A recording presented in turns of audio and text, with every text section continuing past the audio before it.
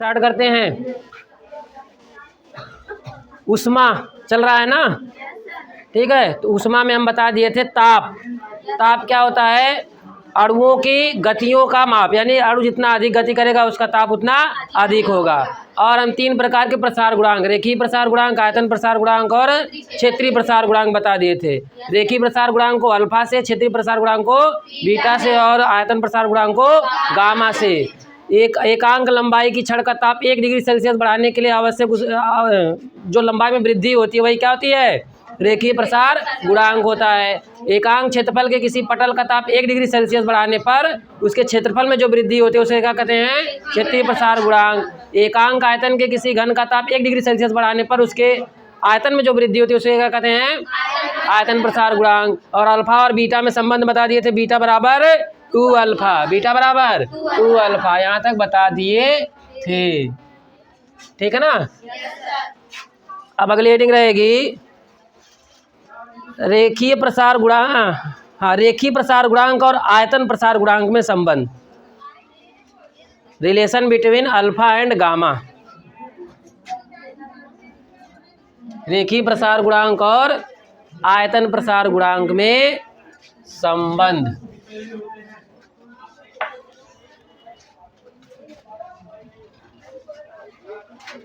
हो गया? चलो, अब यहाँ पे आयतन है तो आयतन बनाने के लिए घन बनाना पड़ेगा। यहाँ पे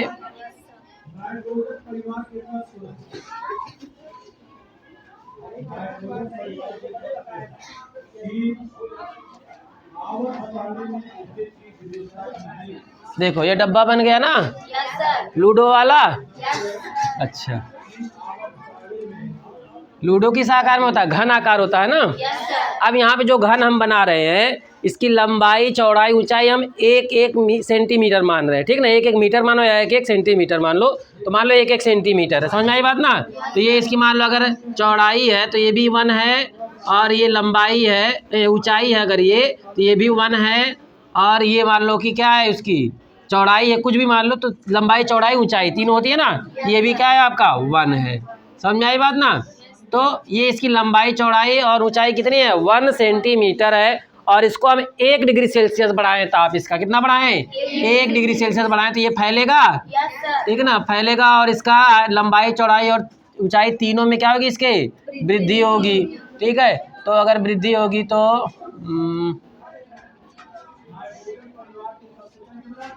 गलत बन रहा है क्या?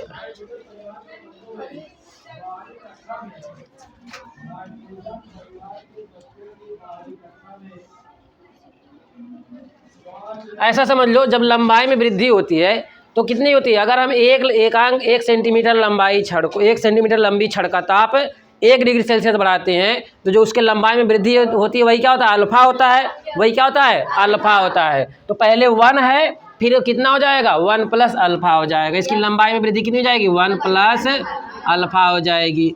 अब यहाँ पे बन नहीं पा रहा चित्र, इसलिए हम मान लो आप लोग कि यहाँ कितनी बार हो जा रही है? 1 प्लस अल्फा। इसी तरह इसकी ऊंचाई में भी कितनी हो जाएगी? 1 प्लस अल्फा। और इसकी चौड़ाई कितनी हो जाएगी? 1 प्लस अल्फा। यानी सब क्या हो जाएंगे? बढ़ जाएंगे। समझ में आई बात ना। तो अगर सब बढ़ रहे हैं तो इसका आयतन भी बढ़ेगा, ठीक है ना। इसका क्या बढ़ेगा? आयतन भी बढ़ेगा। तो हम क्या मान रहे हैं कि इसका आयतन कितना है? 1 घन सेंटीमीटर। आयतन कितना है? 1 घन सेंटीमीटर है। और कितना बढ़ा रहे हैं ताप? 1 डिग्री सेल्सियस बढ़ा रहे हैं। तो लिखो इसको, माना घन की भुजा 1 सेंटीमीटर है। माना घन की भुजा 1 सेंटीमीटर है। घन के ताप में 1 डिग्री सेल्सियस की वृद्धि करने से, घन के ताप में 1 डिग्री सेल्सियस की वृद्धि करने से घन की भुजा 1 प्लस अल्फा हो जाती है। घन की भुजा 1 प्लस अल्फा हो जाती है।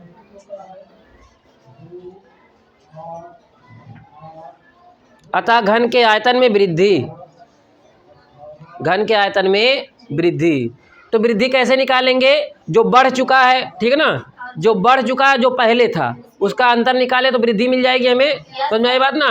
जो बढ़ चुका है और उसके जो पहले था, उन दोनों का अंतर क्या हो जाएगी, वृद्धि हो जाएगी। तो वृद्धि को हम क्या मान लें, डेल्टा वी मान लें, यानी आयतन में वृद्धि हो रही है इसलिए क्या मानेंगे, डेल्टा वी मानेंगे। तो डेल्टा वी इक्वल टू क्या हो जाएगा आपका, फाइनल जो लंबाई कितनी 1 प्लस अल्फा है, 1 प्लस अल्फा है। तो किसी घन का आयतन होता है भुजा की पावर 3, किसी घन का आयतन क्या होता है, भुजा की पावर 3। तो भुजा कितनी है 1 प्लस अल्फा, जिसकी पावर क्या हो जाएगा 3 हो जाएगा।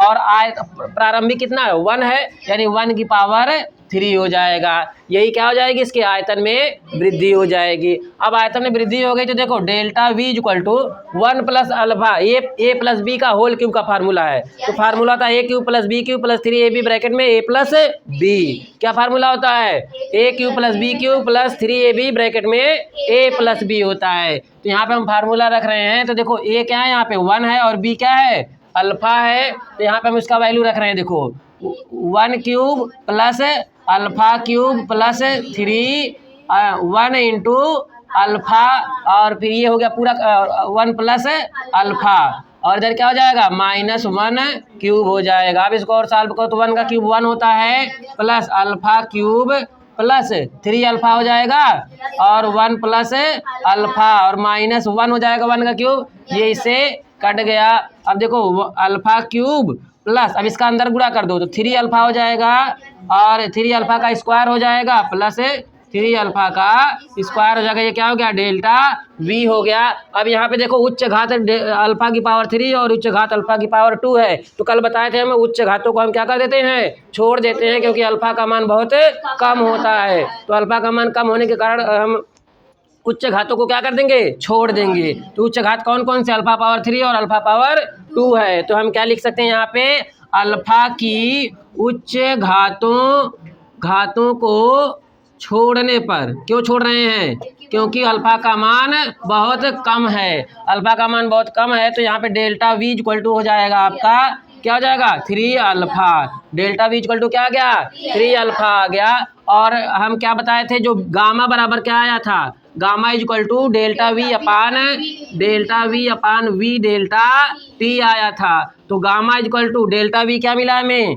3 अल्फा मिला है, और वी कितना माने हैं 1 माने, वी कितना माने हैं 1 माने, और ताप में वृद्धि कितना माने हैं 1 माने हैं। तो गामा इक्वल टू क्या आ गया 3 alpha, gamma equal to 3 alpha. ये हमारा क्या निकल गया, संबंध निकल गया।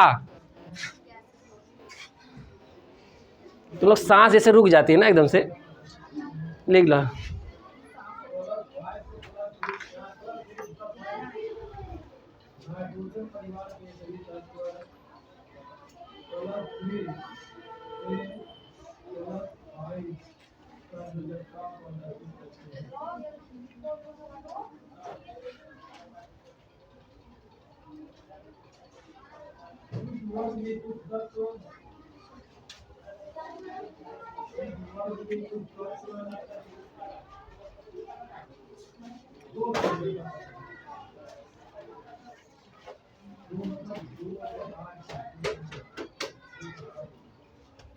हो गया, अरे जल्दी करो।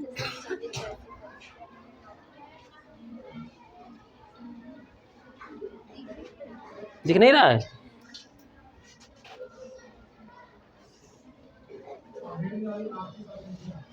ये नीचे वाला कहाँ तक आता है।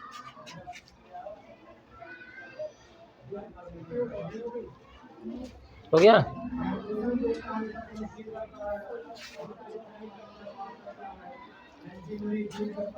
चलो हो गया। अब देखो हम क्या बता दिए, gamma equal to 3 alpha, beta equal to 2 alpha, कल बताए थे ना, लिख लियो इसको। बीटा इक्वल टू और गामा इक्वल टू 3 अल्फा। अब हेडिंग डाल देना अल्फा बीटा गामा में संबंध, अल्फा बीटा गामा में संबंध। अल्फा क्या है, रेखीय प्रसार गुणांक, बीटा क्या है, क्षेत्रीय प्रसार गुणांक, और गामा क्या है, आयतन प्रसार गुणांक। तो देखो यहाँ पे हम अगर इसको ऐसा लिख दें, अल्फा अनुपाते बीटा अनुपाते गामा बराबर कर दें यहाँ पे, फिर यहाँ पे लिखें अल्फा की जगह अल्फा लिख दिए, अनुपात बीटा की जगह क्या लिख सकते हैं, 2 अल्फा लिख सकते हैं ना, बीटा की जगह क्या लिख सकते हैं, 2 अल्फा। अनुपात गामा की जगह क्या लिख सकते हैं, 3 अल्फा। अब अगर समानुपात में एक ही नंबर कोई है, एक ही पैरामीटर, उसको हम काट सकते हैं। जैसे यहाँ पे अल्फा अल्फा अल्फा तीनों में क्या काट सकते हैं, तो कटेगा तो यहाँ 1 आ जाएगा, यहाँ कट जाएगा ये और ये कट जाएगा। तो यानी अल्फा अनुपाते बीटा अनुपाते गामा इक्वल टू क्या आ गया, गामा हो गया 1 अनुपाते 2 अनुपाते अच्छा 1। अल्फा अनुपाते बीटा अनुपाते गामा इक्वल टू 1 अनुपाते 2 अनुपाते 3, फिर 1 बोल, हाँ ठीक है ना। Alpha beta gamma equal to 1 2 3, ठीक है ना। लिख लो इसको भी, इसको जो है ना भूत उत पकड़ लिया लग रहा है, 1 बोल रहे हो तुम लोग। अच्छा 1 2 3 एक है बार में, चलो हो गया, लिखो जल्दी से, हो गया ये।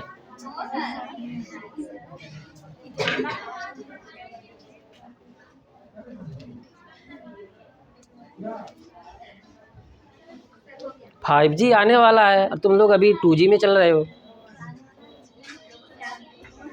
4G तक पहुंच ही नहीं रहे, तो अभी 5G आ रहा है देखो। चलो स्टार्ट करें। अगला हेडिंग डालना विशिष्ट ऊष्मा, विशिष्ट ऊष्मा।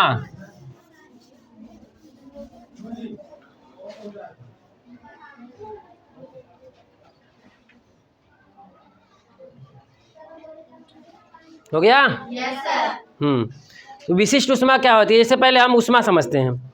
जैसे मान लो इसको हम ऊष्मा दे रहे हैं, ऊष्मा एक प्रकार की ऊर्जा है, इसको ऊष्मा दे रहे हैं हम, तो इसमें कितनी ऊष्मा आएगी ये 2 बातों पर निर्भर करता है। इसमें कितनी ऊष्मा आएगी 2 बातों पर निर्भर करता है। पहली बात, इसमें तापांतर कितना हो जाएगा, यानी अभी कितना ताप है और ऊष्मा देने के बाद कितना ताप होगा, यानी तापांतर कितना होगा, इस पर निर्भर करेगा। और ये पदार्थ कितना बड़ा है कितना छोटा है, यानी द्रव्यमान की मात्रा पर भी ये निर्भर करता है। अगर छोटा सा कोई पदार्थ है उसको ऊष्मा देंगे तो बहुत कम ऊष्मा वो अवशोषित करेगा, लेकिन अगर कोई बड़ा पदार्थ है तो वो अधिक ऊष्मा अवशोषित करेगा, अर्थात वो द्रव्यमान पर निर्भर करता है। और तापांतर ताप पर भी निर्भर करता है, यानी कि इसका कितना अधिक ताप है उतना अधिक वो ऊष्मा लेके रखा है। यानी कि कोई भी पदार्थ कितनी ऊष्मा लेता है कितनी बात पर निर्भर करता है, 2 बात पर, पहले पदार्थ के द्रव्यमान पर और दूसरी बात है उसके तापांतर पर। पहला किस पे, द्रव्यमान, उसके बाद तापांतर, द्रव्यमान और तापांतर, द्रव्यमान और तापांतर 2 बातों पर निर्भर करता है। अब देखो यानी कि इसका मतलब क्या हो गया, जो ऊष्मा है Q है वो प्रोपोर्शनल किसके हो रहा है, द्रव्यमान के, और Q ही प्रोपोर्शनल डेल्टा T के हो रहा है। तो दोनों को एक साथ लिख देंगे, Q equal to Q proportional क्या हो जाएगा, M डेल्टा T हो जाएगा, और प्रोपोर्शनल का साइन हटता है तो साइन लगता है, तो Q इक्वल टू हो जाता है C M डेल्टा T। और यहाँ पे जो C है यही क्या होता है आपका विशिष्ट ऊष्मा, क्या होती है, विशिष्ट ऊष्मा होती है। और यहाँ पे देखो अगर हम विशिष्ट ऊष्मा की परिभाषा निकालना चाहें तो कैसे होगा, यहाँ पे देखो C इक्वल टू निकालें तो क्या हो जाएगा, Q upon M delta T, ये इधर आ जाएगा ना, C इक्वल टू क्या आ गया, M delta T, C equal to M delta Q upon M delta T, C equal to Q upon M delta T, यही आ गया ना। अब देखो इससे हम जो है विशिष्ट ऊष्मा की परिभाषा निकाल रहे हैं। विशिष्ट ऊष्मा की परिभाषा क्या होती है, देखो M बराबर मान ले 1, M बराबर क्या मान ले 1, और डेल्टा T भी क्या मान ले 1 मान ले, यानी तापांतर कितना है 1 है और उसका द्रव्यमान कितना है 1 है। तो यानी यहाँ पे क्या हो जाएगा, C equal to Q upon 1 into 1, अर्थात क्या हो जाएगा C इक्वल टू Q हो जाएगा नहीं होगा। अब यहाँ पे देखो अगर ये ऐसा हो गया C इक्वल टू Q कैसे हुआ, एकांक द्रव्यमान लिए और तापांतर 1 लिए, यानी ताप में वृद्धि कितना है 1 डिग्री सेल्सियस। तो इससे परिभाषा क्या निकल रही है कि एकांक द्रव्यमान का किसी वस्तु का ताप 1 डिग्री सेल्सियस बढ़ाने के लिए आवश्यक ऊष्मा की मात्रा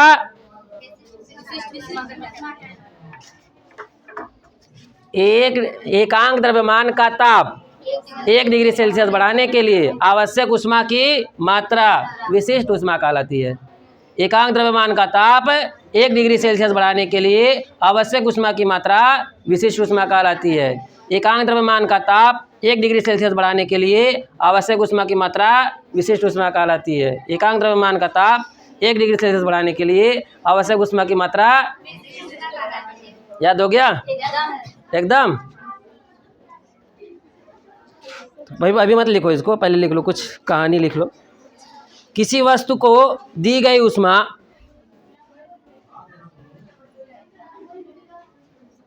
किसी वस्तु को दी गई ऊष्मा वस्तु के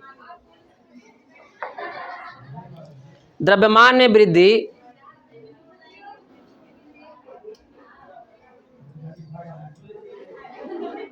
वृद्धि तथा वस्तु के ताप में वृद्धि करने पर बढ़ती है। हो गया? अब उस लाइन को छोड़ देना। माना वस्तु को Q ऊष्मा देने से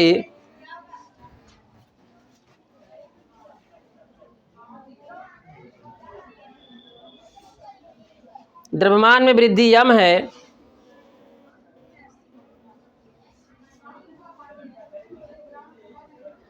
तथा ताप में वृद्धि डेल्टा T है,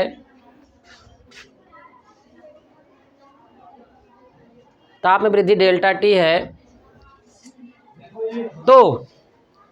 तो ये लिख डालो। तो ये लिख डालो, और क्या। अब वो भी मत लिख लेना, तो ये लिख डालो। लिख दिए कुछ लोग।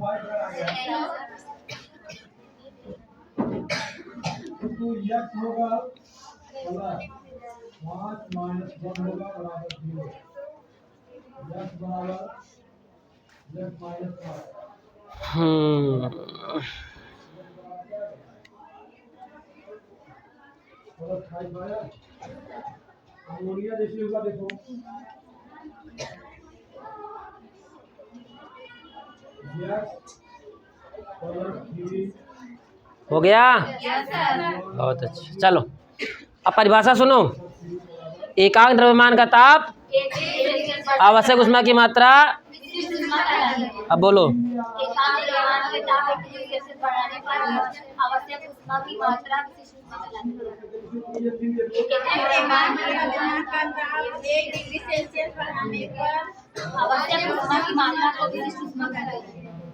जैसे कैसेट में बैटरी डाउन हो जाती है तो धीमा धीमा बोलता है ना, वैसे तुम लोग बोल रहे हो। जल्दी बोलो। एकांक द्रव्यमान का ताप 1 डिग्री सेल्सियस बढ़ाने के लिए आवश्यक ऊष्मा की मात्रा। चलो लिखो, अब इसको लिख लो, आप लोग लिख लो, बोल दें। किसी वस्तु का ताप, लिख ली? अरे वाह। लिखो, किसी वस्तु का ताप, नहीं किसी नहीं, एकांक द्रव्यमान की वस्तु का ताप, या एकांक द्रव्यमान कि किसी वस्तु का ताप 1 डिग्री सेल्सियस बढ़ाने के लिए, एकांक द्रव्यमान की किसी वस्तु का ताप 1 डिग्री सेल्सियस बढ़ाने के लिए आवश्यक ऊष्मा की मात्रा क्या कहलाती है? विशिष्ट ऊष्मा कहलाती है। अब इसका मात्रक भी निकाल दें। देखो C = क्या आ गया? Q/m delta T। तो यह SI मात्रक Q का क्या होता है? ऊष्मा का जूल होता है, जूल। और SI में इसका होगा किलोग्राम, ठीक ना? जूल प्रति किलोग्राम डिग्री सेल्सियस, जूल प्रति किलोग्राम डिग्री सेल्सियस।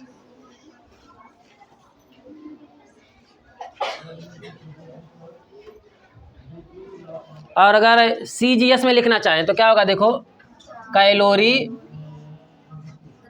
प्रति ग्राम डिग्री सेल्सियस।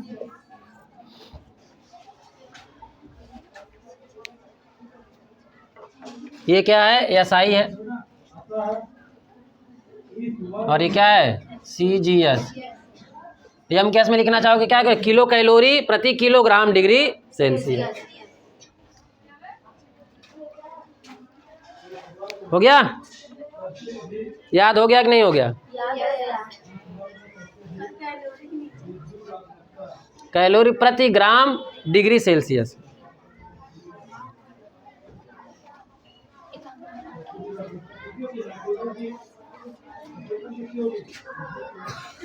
आगे चलें? ऊष्माधारिता, हेडिंग ऊष्माधारिता। बस इसी में थोड़ा सा संशोधन कर देना है, संविधान संशोधन जैसे होता है वैसे कर देना, हो जाएगा, ठीक है। तो हो गया ये ना। तो यहाँ पे क्या परिभाषा है, एकांक द्रव्यमान की किसी वस्तु का ताप 1 डिग्री सेल्सियस बढ़ाने के लिए आवश्यक ऊष्मा की मात्रा विशिष्ट ऊष्मा कहलाती है। किसी वस्तु का ताप 1 डिग्री सेल्सियस बढ़ाने के लिए आवश्यक ऊष्मा की मात्रा उसकी ऊष्माधारिता कहलाती है। हम बोले दूसरा, किसी वस्तु का ताप, और वहाँ पे क्या है, एकांक द्रव्यमान की वस्तु का ताप। किसी वस्तु का ताप 1 डिग्री सेल्सियस बढ़ाने के लिए आवश्यक ऊष्मा की मात्रा उस पदार्थ की ऊष्माधारिता कहलाती है। तो लिख डालो, किसी वस्तु का ताप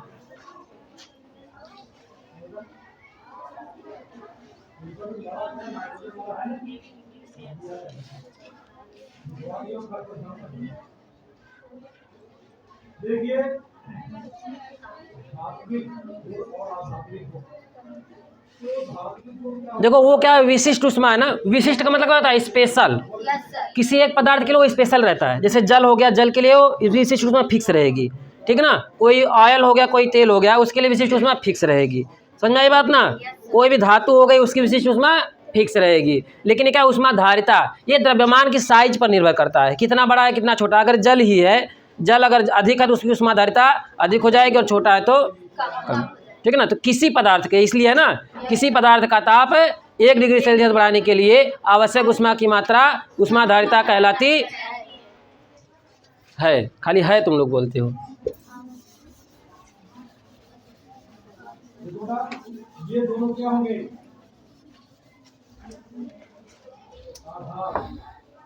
अब देखो इसका फार्मूला होता है ऊष्माधारिता। ये क्या होंगे, ऊपर से नीचे क्या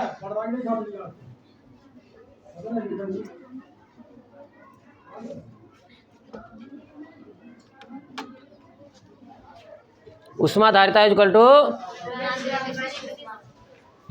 ऊष्माधारिता इक्वल टू द्रव्यमान इंटू विशिष्ट ऊष्मा होता है।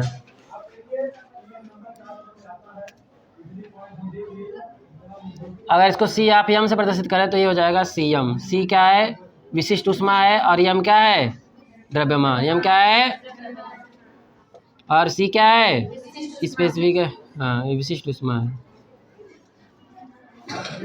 सब जानते ही हो आप लोग।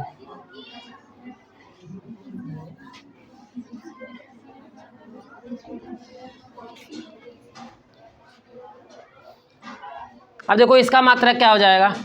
मात्रक देखो, इसका तो मात्रक कभी निकाले हम लोग। विशिष्ट ऊष्मा का मात्रक क्या होता है, अगर एसआई में निकाले तो कैलोरी जूल प्रति किलोग्राम डिग्री सेल्सियस। और यहाँ पे द्रव्यमान भी है तो इसलिए क्या हो जाएगा, किलोग्राम। तो ये किलोग्राम से कट गया, तो जूल प्रति डिग्री सेल्सियस क्या मात्रक है, क्या मात्रक है, लिख डालो।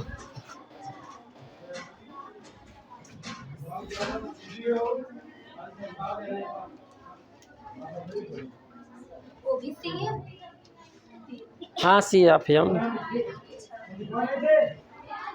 मतलब ये यम द्रव्यमान के लिए, ठीक है ना। वो एक एकांक के लिए था, ये कितना यम द्रव्यमान के, ठीक है। हो गया। अब अगली हेडिंग रहेगी मोलर विशिष्ट ऊष्मा। ये भी बहुत आसान है, अभी याद हो जाएगा। मोलर विशिष्ट ऊष्मा हो गया।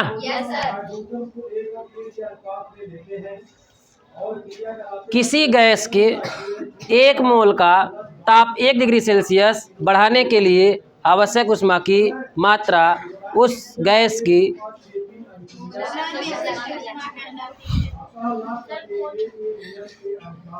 बोलेंगे, कहाँ टेंशन ले रहे हो, अभी याद करा रहे हैं। मोल के कॉन्सेप्ट अधिकतर हम गैसों में यूज करते हैं, ठीक है ना। यानी मोलर विशिष्ट ऊष्मा जो होती है ये गैसों के लिए ज़्यादा करके वैलिड है, और ये सब के लिए द्रव और ठोस के लिए सब है, ठीक है ना। तो मोलर विशिष्ट ऊष्मा अधिकतर हम किसके लिए यूज करते हैं, गैस के लिए यूज करते हैं। तो किसी गैस के 1 मोल का ताप 1 डिग्री सेल्सियस बढ़ाने के लिए आवश्यक ऊष्मा की मात्रा उस गैस की विशिष्ट ऊष्मा कहलाती। हेडिंग डालो, मोलर विशिष्ट ऊष्मा। हो गई हेडिंग। याद भी हो गया आधा अधूरा। अब 1 मोल क्या होता है, थोड़ा सा केमिस्ट्री सुन लो। 6.023 इंटू 10⁻23 ये 1 मोल होता है। 1 मोल मतलब अगर हमारे पास ऑक्सीजन है, ठीक है ना, ऑक्सीजन के अणु हैं और ऑक्सीजन के कितने अणु ले लें हम, 6.023 इंटू 10⁻23 अणु ले ले, तो उसको हम क्या कहेंगे, हमारे पास 1 मोल ऑक्सीजन है। क्या कहेंगे, 1 मोल ऑक्सीजन है। समझ में आई बात ना। कोई भी चीज़ है इतनी है वो 1 मोल है। समझ में आई बात। कोई भी वस्तु है, आपके पास चावल है, इतने चावल के दाने हैं आपके पास, तो कितने चावल हैं, 1 मोल चावल है। गेहूँ है तो 1 मोल गेहूँ, ठीक है ना। आप लोग हैं तो 1 मोल है। तो समझ में आ गया बात ना। तो कोई भी पदार्थ है आपके पास है, वो कितना है, 6.023 इंटू 10⁻23 है क्वांटिटी में, गिनने में, तो कितना होता है, 1 मोल होता है। तो किसी गैस के 1 मोल का ताप 1 डिग्री सेल्सियस बढ़ाने के लिए आवश्यक ऊष्मा की मात्रा उस गैस की वह मोलर विशिष्ट ऊष्मा कहलाती। बोल दें अब भी, याद हो जाए, लिख लोगी, लिख लो। अच्छा बोल ही दे, बोल दें, लिख लो तो। अच्छा, हाँ, किसी गैस के 1 मोल का ताप 1 डिग्री सेल्सियस बढ़ाने के लिए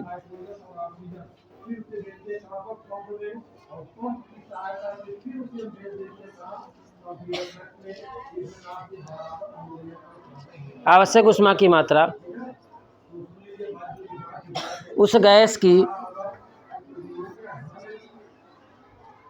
गैस मत लिखो, फंडामेंटल पदार्थ लिख लो, ठीक ना। गैस रहने दो अभी, आप पदार्थ के लिए भी यूज कर सकते हैं, ऐसा जरूरी नहीं है। किसी पदार्थ का, ठीक ना, किसी पदार्थ के लिख लेना, गैस हटा करके किसी पदार्थ के 1 मोल। आप गैस के लिए ज़्यादा सूटेबल है लेकिन एकदम सूटेबल नहीं है, ठीक ना। तो गैस भी क्या है, एक पदार्थ ही है। तो किसी पदार्थ का ताप 1 डिग्री सेल्सियस बढ़ाने के लिए आवश्यक, हाँ, किसी पदार्थ के 1 मोल का ताप 1 डिग्री सेल्सियस बढ़ाने के लिए आवश्यक ऊष्मा की मात्रा उस पदार्थ की मोलर विशिष्ट ऊष्मा कहलाती है। हो गया ना। लिख लिए। तो ये भी हो जाएगा आपका यहाँ पे मोलर विशिष्ट ऊष्मा C ऑफ m, ये भी m से प्रदर्शित करते हैं, और ये हो जाएगा C और m। यहाँ पे जो द्रव्यमान नहीं है, क्या है, मोलों की संख्या है। m क्या है, मोलों की संख्या है, ठीक है ना। इसको लिख लो। ये इससे मतलब मत रखो, आप सिर्फ परिभाषा से मतलब रखो, ये पैरामीटर कुछ खास ज़्यादा इम्पोर्टेंट नहीं है। आप समझो ये है क्या, बस, ठीक ना। अभी आप CPC भी समझोगे। और हो गया ये। तो किसी पदार्थ के 1 मोल का ताप 1 डिग्री सेल्सियस बढ़ाने के लिए आवश्यक ऊष्मा की मात्रा उस पदार्थ की मोलर विशिष्ट ऊष्मा कहलाती।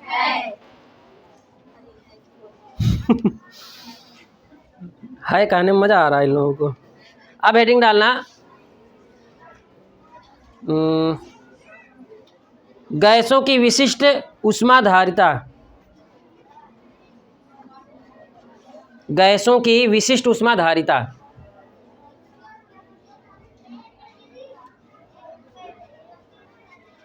हो गया। तो देखो गैस जो होती है ना, ये कुछ अपना कलाकारी दिखाती है अलग तरीके की, इसलिए 2 प्रकार की इसकी विशिष्ट ऊष्माएं होती हैं। एक हम लेते हैं स्थिर दाब पर और एक लेते हैं स्थिर आयतन पर। स्थिर दाब स्थिर आयतन क्या है, जैसे हमारे पास जो है ये 2 बर्तन है, ठीक ना। इसमें एक में लगा है पिस्टन। पिस्टन समझते हो, नहीं समझते हो। पिस्टन मतलब यहाँ पे ये ऊपर नीचे हो सकता है, ठीक ना। ये जैसे हम इसको गर्म करेंगे तो यहाँ प्रेशर बढ़ेगा, ये ऊपर हो जाएगा, इसका दाब फिक्स रहेगा। समझ आई बात ना। अगर इसको हम गर्म करते हैं तो इसमें इसके अणु जो है तेज़ी से गति करेंगे, और अगर तेज़ी से गति करेंगे तो प्रेशर बढ़ेगा, और प्रेशर बढ़ने के कारण ये पिस्टन जो है ऊपर चला जाएगा। और अगर इसको ठंडा करें तो अणु की गति धीमी हो जाएगी, दाब कम हो जाएगा, तो ये पिस्टन नीचे आ जाएगा। समझ में आई बात ना। तो ये एक ऐसा चैम्बर है, ये एक ऐसा बर्तन है आपका, स्थिर दाब का बर्तन है। यानी कि ये कैसा बर्तन हो गया, स्थिर दाब का। आप अगर ताप बढ़ाएंगे तो इसका दाब बढ़ेगा, तो ये ऊपर चला जाएगा। जितना दाब रहना चाहिए उतना इसमें मेंटेन रहेगा हमेशा। समझ में आई बात ना। अगर आप ताप बढ़ाएं चाहे घटाएं, इसमें दाब क्या रहेगा, मेंटेन फिक्स रहेगा। समझ में आई बात ना। अब हमारे पास एक दूसरा, इसको एकदम बंद कर दे, लॉक कर दिए यहाँ से, ये इसको ऊपर नीचे नहीं जा सकता है, तो इसका जो आयतन हो गया ये क्या हो गया, फिक्स हो गया। इसका आयतन हम नहीं बदल सकते हैं। इसमें जो भी गैस भर दिए इसका आयतन चाहे हम ताप बढ़ाएं चाहे ना बढ़ाएं, इसका आयतन नहीं बदलने वाला है और इसका दाब नहीं बदलने वाला। इसका क्या नहीं बदलेगा, दाब, और इसका क्या नहीं बदलेगा, आयतन। तो आयतन, आपको दाब फिक्स करने के लिए क्या लगाना पड़ता है, पिस्टन लगाना पड़ता है। क्या लगाना पड़ता है, पिस्टन लगाना पड़ता है। और यहाँ पे जो है आपको इसको क्या कर देते हैं, हम लॉक कर देते हैं, यानी कि एक समझ लो डब्बा बॉक्स जो होता है ऐसा, इसको बंद कर देते हैं। इसका आयतन क्या हो गया, फिक्स हो गया। समझ आई बात ना। अब यहाँ पे हम अगर इसको गर्म करेंगे तो इसका पिस्टन ऊपर जाएगा, लेकिन इसको गर्म करेंगे तो इसका दाब बढ़ जाएगा। इसका क्या बढ़ जाएगा, दाब बढ़ जाएगा। तो यानी कि हमारे पास जो है गैसें जो हैं, गैसों को हम दो प्रकार से गर्म कर सकते हैं। दो प्रकार से कैसे गर्म करेंगे, या तो हम स्थिर आयतन ले लें या फिर स्थिर दाब ले लें। दो प्रकार से गर्म कर सकते हैं। इस या तो इस मान लो दोनों में गैस भरी हो, ठीक है ना, दोनों में क्या भरी हुई है, गैस भरी हुई है, और इसको हम गर्म करें और इसको भी गर्म करें, तो इसमें क्या नहीं बदल रहा है, बताओ। इसमें क्या नहीं बदल रहा है और इसमें क्या नहीं बदल रहा है। तो ये स्थिर आयतन वाला हो गया और ये स्थिर दाब। ये कैसा हो गया, स्थिर आयतन, और ये कैसा हो गया, स्थिर दाब। कैसा हो गया ये, और ये, ठीक है ना। अब देखो, यानी गैसें दो प्रकार से बिहेव कर रही हैं, या तो स्थिर दाब रहेगा या फिर स्थिर आयतन रहेगा। तो हेडिंग क्या डाले हो आप लोग, गैसों की विशिष्ट ऊष्मा का ऊष्माधारिता। तो यहाँ पे दो प्रकार की ऊष्माधारिता होती है गैसों की। एक हम लेते हैं स्थिर आयतन पर और एक लेते हैं स्थिर दाब पर। एक स्थिर आयतन पर और एक स्थिर दाब पर। तो स्थिर आयतन वाले को CV से प्रदर्शित करते हैं और स्थिर दाब वाले को CP से, ठीक है ना। ये क्या है, स्थिर आयतन पर किसी गैस की मोलर विशिष्ट ऊष्मा, मोलर नहीं ना, विशिष्ट ऊष्मा, ठीक है ना, ऊष्माधारिता। क्या बोले हम, ऊष्माधारिता। अच्छा चलो ठीक, गैसों की दो विशिष्ट ऊष्माधारिता होती है। हाँ ठीक, विशिष्ट ऊष्माधारिता ना। अब देखो यहाँ पे ये क्या है, स्थिर आयतन पर विशिष्ट ऊष्मा, गैस की विशिष्ट ऊष्माधारिता। ये क्या है, स्थिर दाब पर किसी गैस की विशिष्ट ऊष्माधारिता। ये क्या है, स्थिर आयतन पर किसी गैस की विशिष्ट ऊष्माधारिता। ये क्या है, समझ में आई बात ना। ये किस पे है, विशिष्ट आयतन, स्थिर आयतन पर, और ये किस पे है, स्थिर दाब पर। गैस की विशिष्ट ऊष्माधारिता क्या है, विशिष्ट ऊष्माधारिता। समझ में आ गई बात ना।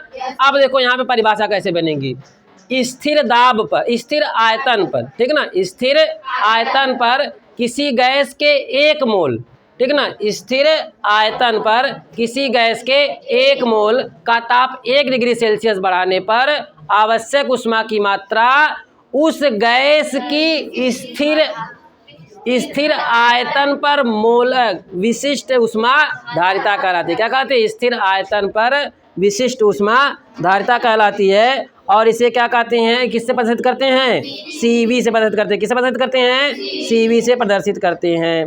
समझ में आई बात ना। एक बार फिर समझते हैं कि एक स्थिर आयतन पर 1 मोल गैस का ताप 1 डिग्री सेल्सियस बढ़ाने के लिए आवश्यक ऊष्मा की मात्रा उस गैस की स्थिर दाब पर मोलर विशिष्ट, स्थिर आयतन पर, स्थिर आयतन पर मोलर विशिष्ट ऊष्मा कहलाती है। समझ में आई बात ना। फिर से एक बार बोलते हैं, अब इसका बोलते हैं, ठीक है ना। स्थिर दाब पर किसी गैस के 1 मोल का ताप 1 डिग्री सेल्सियस बढ़ाने के लिए आवश्यक ऊष्मा की मात्रा उस गैस की स्थिर दाब पर मोलर विशिष्ट ऊष्माधारिता कहलाती है। क्या कहलाती है, विशिष्ट ऊष्माधारिता कहलाती है। क्या कहलाती है, विशिष्ट ऊष्माधारिता कहलाती है। कंफ्यूज हो जा रही है बात, समझ में आ गया बात ना। लिखवा दें अब, चलो अब पहले हेडिंग डालना, स्थिर आयतन पर मोलर विशिष्ट ऊष्माधारिता। मोलर भी है, ऐसा नहीं है, इसीलिए हमारा बार बार वही आ रहा था, ठीक है ना, मोलर ही भी है ये, ठीक ना, इसीलिए हम कह रहे हैं, हम कहें हम गलत बोल रहे हैं। तो हेडिंग डाल देना, स्थिर आयतन पर मोलर विशिष्ट ऊष्माधारिता। इसका पूरा नाम है मोलर विशिष्ट ऊष्माधारिता। तो स्थिर आयतन पर मोलर विशिष्ट ऊष्माधारिता हो गया।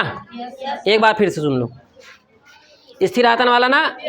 स्थिर आयतन पर किसी गैस का ताप 1 डिग्री सेल्सियस बढ़ाने के लिए आवश्यक ऊष्मा की मात्रा उस गैस की स्थिर आयतन पर मोलर विशिष्ट ऊष्मा कहलाती स्थिर दाब पर किसी गैस का ताप 1 डिग्री सेल्सियस बढ़ाने के लिए आवश्यक ऊष्मा की मात्रा उस गैस की स्थिर दाब पर मोलर विशिष्ट ऊष्मा कहलाती।